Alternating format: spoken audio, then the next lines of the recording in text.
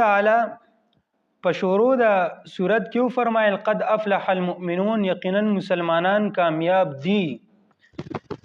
دا سورت هغه چې نازل شو دا مکی سورت دی.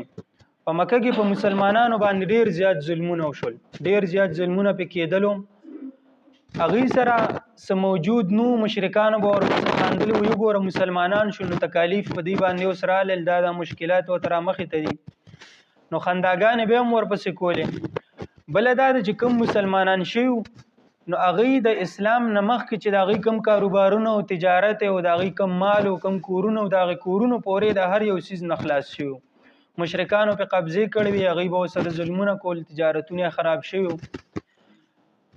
بل طرف ته چې مسلمانانو به د کافرانو طرف ته قتل، د مشرکانو طرف ته قتل، نو دوی به وی چې یاره ظلمونه هم زمونږ سره کیږي سره د دینه چې مونږ ایمان راوړی.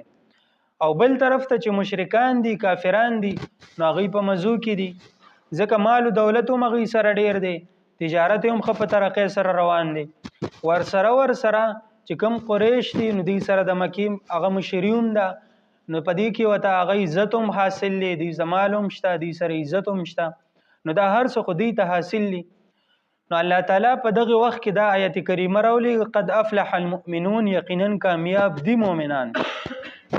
نو دې ځکه کومنګ سوچ کو نو کامیاب خو نه دي مؤمنان، مطلب کامیاب به وي مؤمنان چې کوم ورځ په غي باندې را روان دي په دنیا کې دي، په آخرت کې دا غي حساب کتاب دي، نو په هغه وخت کې باغی کامیاب وي.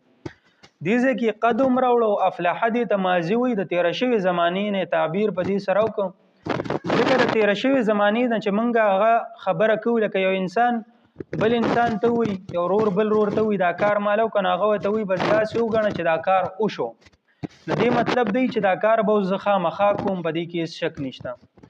نو الله وی دا مؤمنان کامیاب دي، یعنی دی به چې دغه صفات کم چې رسو ذکر کیږي دا صفات په چا کې موجود شول بس دغه کس کامیاب دی، د په کامیابی کې هغه هیڅ شک نشته.